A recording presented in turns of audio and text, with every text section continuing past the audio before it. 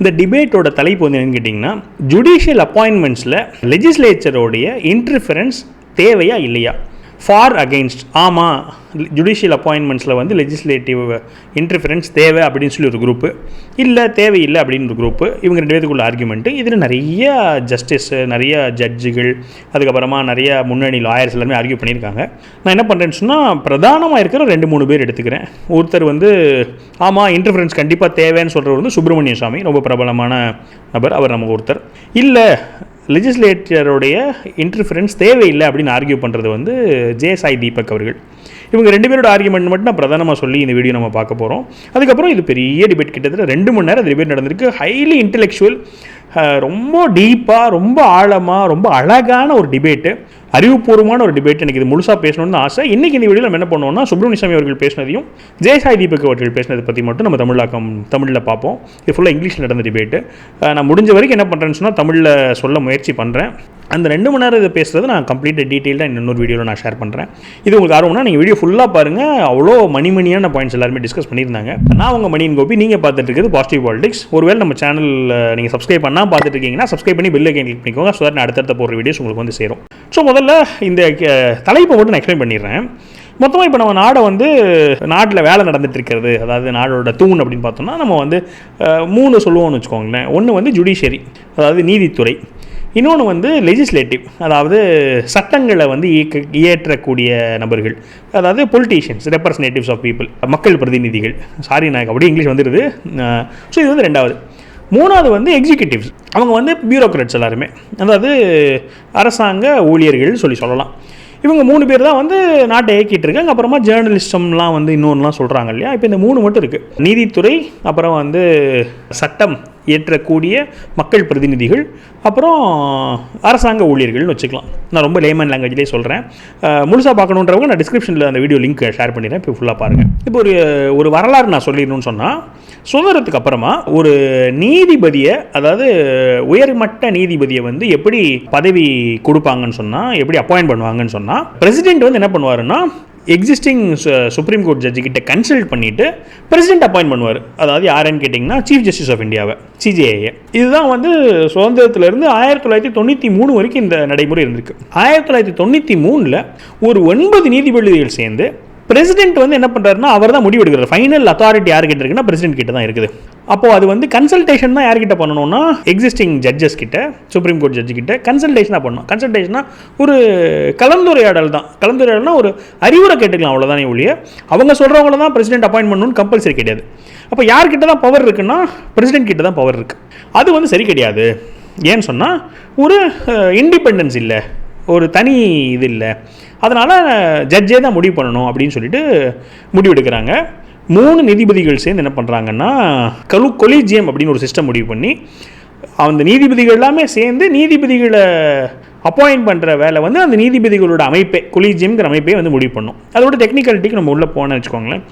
So இது வந்து 1993 அப்புறமா எப்படி தான் இயங்கிக்கிட்டு இருக்காங்கன்னு சொன்னால், ஜுடிஷியல் அப்பாயின்மெண்ட்ஸை டிசைட் பண்ணுறது நீதித்துறையே தான் வந்து நீதிபதிகளை அப்பாயின்ட் பண்ணிக்கும்.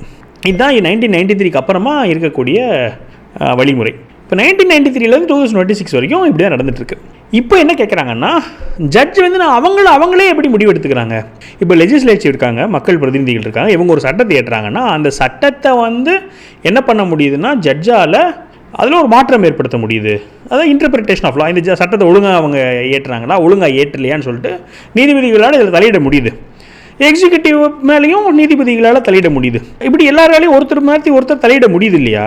இவங்க சட்டம் இயற்றக்கூடிய மக்கள் பிரதிநிதிகளால இவங்களோட தலையீடு எதில் இருக்கணும்னு சொன்னால், நீதித்துறையே இருக்கணும். அது பர்டிகுலர்லி ஜுடிஷியல் அப்பாயின்மெண்ட்ஸில் லெஜிஸ்லேச்சரோட இன்டர்ஃபரன்ஸ் இருக்கணும் அப்படிங்கிறதா இந்த மோஷன். இருக்கணுமா வேணாமான்னு சொல்லிட்டு. அப்போ சுப்பிரமணிய சாமி என்ன சொல்கிறாருன்னு சொன்னால், கட்டாயம் இருக்கணும். இது என்ன ஆயிடுச்சுன்னு சொன்னால், ஒரு தனியாக இருக்கிற மாதிரி இருக்குது, அவங்களே எல்லாம் முடிவு எடுத்துக்கிற மாதிரி இருக்குது. அது தப்பு. இவங்களுடைய இன்டர்ஃபரன்ஸ் இருந்தே ஆகணும் கண்டிப்பாக. இப்போ உலகத்தில் எந்த நாட்டிலையுமே நீதித்துறையை அவங்களே அப்பாயின்ட் பண்ணிப்பாங்க, யாரும் தலையிட மாட்டாங்க, யாருக்கும் கேள்வி கேட்குற அதிகாரம் கிடையாதுன்னு உலகத்தில் இருக்க எந்த நீதித்துறையுமே அப்படி கிடையாது. அமெரிக்கா எடுத்துக்கோங்க, எந்த நீதித்துறை எடுத்துக்கோங்க. இந்தியாவில் மட்டும்தான் வந்து நீதித்துறை யாருமே எது கேள்வி கேட்கக்கூடாது, அவங்கள அப்பாயின்மெண்ட்ஸ் யாருமே முடிவு பண்ணக்கூடாது, அவங்களே தான் முடிவு பண்ணிக்குவாங்கன்னு இருக்குது. இது தப்பு. இவங்களுக்கு ஒரு ஸ்க்ரூட்டினி இருக்கணும். அமெரிக்காவிலலாம் செனட்டில் என்ன நடக்கும்னு சொன்னால், ஒரு நீதிபதி அப்பாயிண்ட் பண்ண போகிறாருன்னா அவங்கள கூப்பிடுவாங்க, அவங்கள சம்மன் பண்ணுவாங்க. செனேட் சம்மன் பண்ணி கேள்விகள் கேட்பாங்க அந்த நீதிபதி கிட்ட.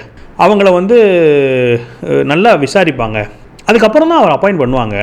நம்ம நாட்டில் வந்து எப்போயாச்சும் நீங்கள் ஒரு ஜட்ஜை கூப்பிட்டு கேள்வி கேட்குற மாதிரிலாம் பார்த்துருக்கீங்களா? அப்படியே இல்லை. அப்போ ஒரு அக்கௌண்டபிலிட்டி வேணும் ஜட்ஜஸ் அப்பாயின்மெண்ட்ஸில், ஒரு டிரான்ஸ்பரன்சி வேணும்.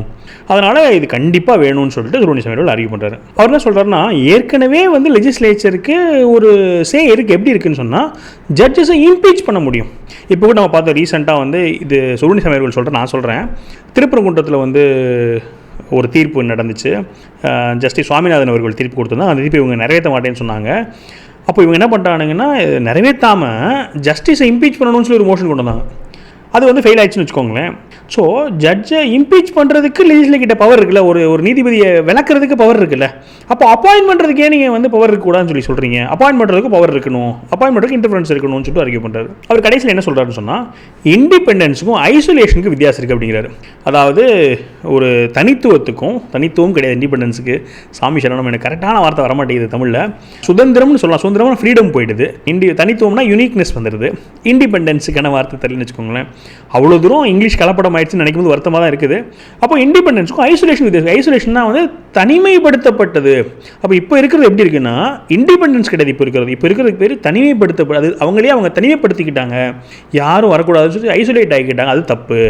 இண்டிபெண்டன்ஸ் இது வேறேன்னு சொல்லிட்டு அவர் ஆர்கியூ பண்ணிட்டு அதோட முடிச்சிடறாரு. நம்மளுக்கே பார்த்தா தெரியுது, ரொம்ப வயசாகிடுச்சு சுப்பிரமணிய அவர்களுக்கு. இன்ஃபேக்ட் அவர் எனக்கு ரொம்ப பிடிக்கும், அவர் ரொம்ப ஃபாலோ பண்ணிட்டு இருந்தேன். ஆனால் அப்படியே அவர் மோடிஜிக்கு அகெயின்ஸ்டாக மாறிட்டார். பயங்கர தப்பாக பேச ஆரம்பிச்சிட்டாரு. ரொம்ப வருத்தமாயிடுச்சு. நம்மளுக்கு ரொம்ப பிடிச்ச ஒரு நபர், நம்ம ஒருத்தர் மேலே எவ்வளோ மரியாதை வச்சுருந்தோம், அவர் இப்படி இவ்வளோ கீழே இறங்கிட்டாரு அப்படின்னு பார்க்கும்போது வருத்தம் தான். ஆனால் அவரோட கான்ட்ரிபியூஷன் குறைச்சே மதிப்பிட முடியாது, அவ்வளோ பங்கீடு இருக்குது அவருடையது. அதெல்லாம் ஒரு பக்கம். ஆனால் இந்த வீடியோவில் வந்து பார்த்தோன்னு சொன்னால், இந்த 2 மணி நேரம் டிபேட்டில் இருக்கிறதுலேயே கம்மியாக பேசுனது அவர் தான், ரொம்ப கம்மி. இப்போ நான் எவ்வளோ நேரம் பேசியிருப்பேனோ இதே நேரம் தான் அவரும் பேசியிருந்தார். கடகடன்னு பேசிட்டு கடகடன்னு உட்காந்துட்டார். பார்த்து தான் பேசினார். நான் ரொம்ப எதிர்பார்த்தேன் ரொம்ப சூப்பராக பேசுவார்னு சொல்லிட்டு. இல்லை. ஸோ அது நம்மளுக்கு தெரியுது, வயசோட அறிகுறி நம்மளுக்கு தெரியுது. ஸோ அதோட அவருடைய ஸ்பீச் முடிஞ்சிருச்சு.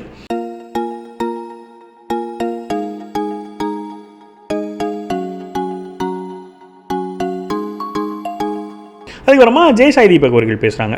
எனக்கு ஆக்சுவலாக ஷாக்கிங். நான் இதுக்கு இந்த வீடியோ பார்க்குறதுக்கு முன்னாடி என்னோட ஒப்பீனியன் எப்படியா இருந்துச்சுன்னா, இன்டர்ஃபரன்ஸ் தேவை தான் நான் நினச்சிட்டேன். நான் ஜெயசாய் தீபக் அப்படி தான் பேச நினச்சேன். பார்த்தா ஜெயசாய் தீபக் ஆப்போசிட் எடுக்கும்போது அதுவே எனக்கு ஆச்சரியமா இருந்துச்சு. என்னடா இவர் ஆப்போசிட் எடுக்கிறாரு, இவர் பேசினா நம்ம கன்வின்ஸ் ஆகிடுவோமே, என்ன இந்த ஆப்போசிட் எடுக்கிறாரு அப்படின்னு நினச்சேன்.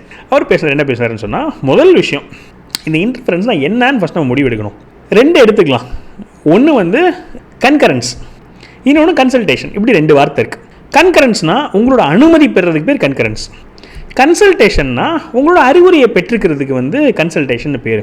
நீங்கள் இன்டர்ஃபரன்ஸ் அப்படின்னா என்ன, எப்போ நம்ம வந்து இன்டர்ஃபரன்ஸுங்கிற வார்த்தையை பயன்படுத்துவோம்னு சொன்னால், கன்கரன்ஸுங்கிறது தேவைப்படும் போது தான் இன்டர்ஃபரன்ஸுங்கிற வார்த்தையை நம்ம பயன்படுத்துவோம். அப்போது ஒரு ஜட்ஜை வந்து அப்பாயிண்ட் பண்ணுறதுக்கு உங்களோட அனுமதியை வாங்கணும் அப்படின்னு நீங்கள் நினைக்கும் போது தான் நீங்கள் இன்டர்ஃபரன்ஸுங்கிற வார்த்தையை பயன்படுத்துவீங்க.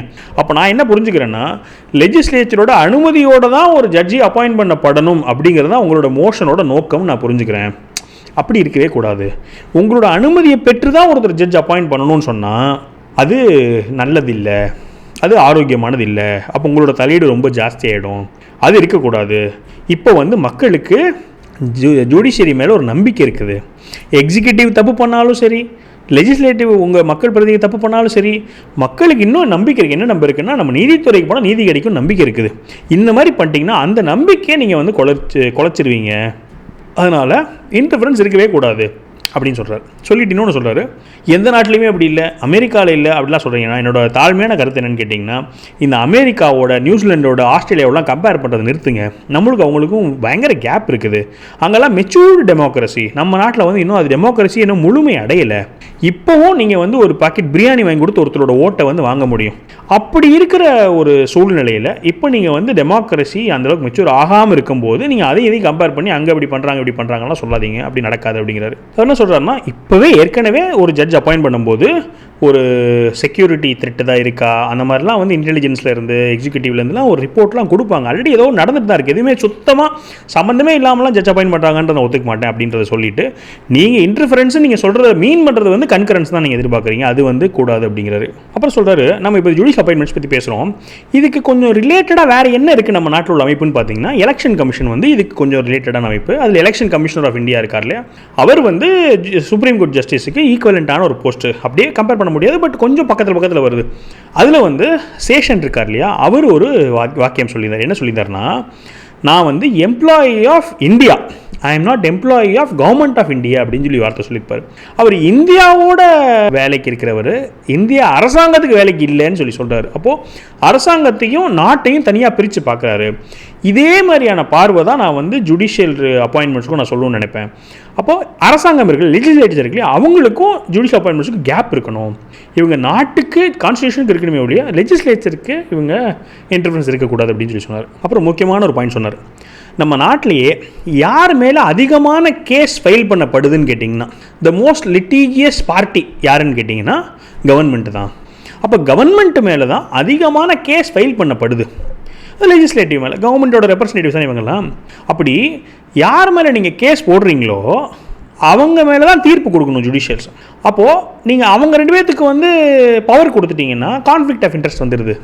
கான்ஃப்ளிக்ட் ஆஃப் இன்ட்ரெஸ்ட்னு சொன்னால் அவங்களுக்கு அதில் ஒரு அதில் ஒரு லாபம் இருக்கிற மாதிரியான ஒரு அம்சங்கள்னு வச்சுக்கோங்களேன், அது இருக்குது. அது பண்ணக்கூடாது. இப்போ அவர் என்ன ஆர்கியூ பண்ணுறாருன்னு சொன்னால், நான் வந்து கவர்மெண்ட் மேலே கேஸ் போடுறேன், கவர்மெண்ட்டுக்கு அகெயின்ஸ்டாக தான் யார் தீர்ப்பு கொடுக்கறதுக்கு வாய்ப்பு இருக்குது, ஜட்ஜுக்கு வந்து கவர்மெண்ட்டுக்கு அகெயின்ஸ்டாக தீர்ப்பு கொடுக்க வாய்ப்பு இருக்குது. அப்போ ஜட்ஜையே வந்து நீங்கள் தான் அப்பாயின்ட் பண்ணுறீங்கன்னு சொன்னால், என்னை அப்பாயின்ட் பண்ணுறவருக்கு எதிராக நான் எப்படி தீர்ப்பு கொடுப்பேன்? அப்போ என்னை அப்பாயின்ட் பண்ணுற பவரை நான் உங்ககிட்ட கொடுத்துட்டேன்னா உங்களுக்கு எதிராக நான் எப்படி தீர்ப்பு கொடுக்க முடியும்? அதில் எனக்கு ஒரு தயக்கம் வந்துடுது இல்லை. சரி, அப்போ உங்களுக்கு எதிராக நான் தீர்ப்பு கொடுக்குற மாதிரி சூழ்நிலை வருமானு கேட்டிங்கன்னா வரும். ஏன்னா நம்ம நாட்டில் அதிகமான கேஸே கவர்மெண்ட் மேலே தான் இருக்குது, லெஜிஸ்லேட்டிவ் மேலே தான் இருக்குது. அப்போ இது கான்ஃப்ளிக்ட் ஆஃப் இன்ட்ரெஸ்ட்டு. இப்படியான ஒரு சூழ்நிலையில் நீங்கள் என்ன பண்ணிடக்கூடாதுன்னா அவங்ககிட்ட பவரை கொடுத்துடக்கூடாது, இன்டர்ஃபரன்ஸ் இருக்கக்கூடாதுன்றாரு. பிரில்லியண்ட்டான ஒரு பாயிண்ட்டு. அந்த 2 மணி நேரம் ஆர்கியூமெண்ட்டில் இந்த பாயிண்ட் நிறைய டிஃப்ரெண்ட் ஆங்கிள்ஸில் இந்த பாயிண்ட்டை வந்து பேசுவாங்கன்னு வச்சுக்கோங்களேன். ஆனால் ஆரம்பித்தது இவர் தான் ரொம்ப. ஆனால் இவர் ஸ்ட்ராங்காக சொல்லிட்டு போய்ட்டுறாரு, அடுத்தடுத்த பாயிண்ட் போயிட்டே இருக்காரு. இவ்வளோ டீட்டெயிலாக தான் அவர் சொல்கிறது இல்லை, ஆனால் அவ்வளோ ஆழமான பாயிண்ட் தான் அது. அவர் என்ன சொல்கிறாருன்னா, நீங்கள் ஜுடிஷியல் அப்பாயின்மெண்ட்டுக்குள்ளே வராதிங்க, அக்கௌண்டபிலிட்டிக்கு எவ்வளோ வேணால் வாங்குங்கிறார். ஜட்ஜை வந்து நீங்கள் சரியானவராக இருக்கிறதுக்கு நீங்கள் வேறு ஏதாவது பாயிண்ட் கொண்டு வாங்க, ஆனால் அவரை அப்பாயின்ட் பண்ணுறதில் நியமிக்கிறதுக்குள்ளே தலையிடக்கூடாது அப்படிங்கிறார். அவர் என்ன சொல்கிறாருன்னா, நிறைய டிஸ்க்ளோஷர் கொண்டு வாங்க, நிறையா வந்து சட்டத்திட்டங்கள் கொண்டு வாங்க. என்ன மாதிரின்னு சொன்னால், ஒரு நீதிபதியோட சொத்து எவ்வளோ இருக்குங்கிறத வெளிப்படையாக சொல்லணும். ஒரு நீதிபதியோடைய ஒரு கேஸ் எடுக்கிறாருன்னு சொன்னால் அந்த கேஸுக்கு அவருக்கு என்ன சம்மந்தங்கிறதுங்கிறது தெளிவாக சொல்லணும்.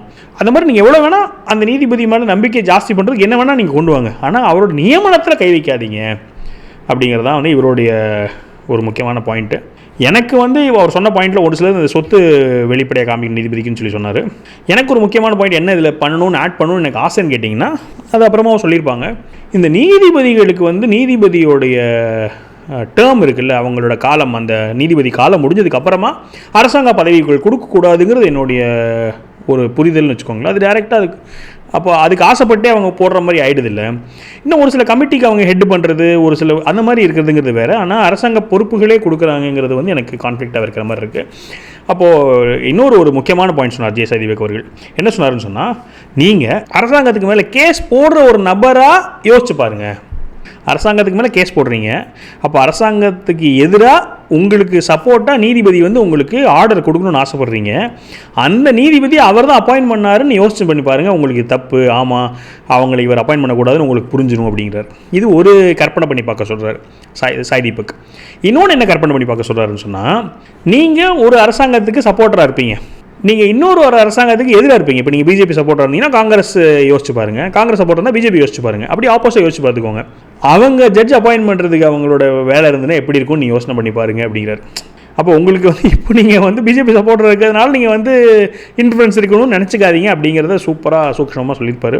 அதுவும் ப்ராக்டிஸ் பண்ணிக்கிட்டு அவர் இந்த மாதிரிலாம் விஷயங்கள் பேசினது ரொம்ப அவர் எப்போயும் போல நல்லா பேசினார். ஆனால் இவர் வந்து ஜட்ஜுக்கு சப்போர்ட்டாக தான் பேசியிருக்கார்.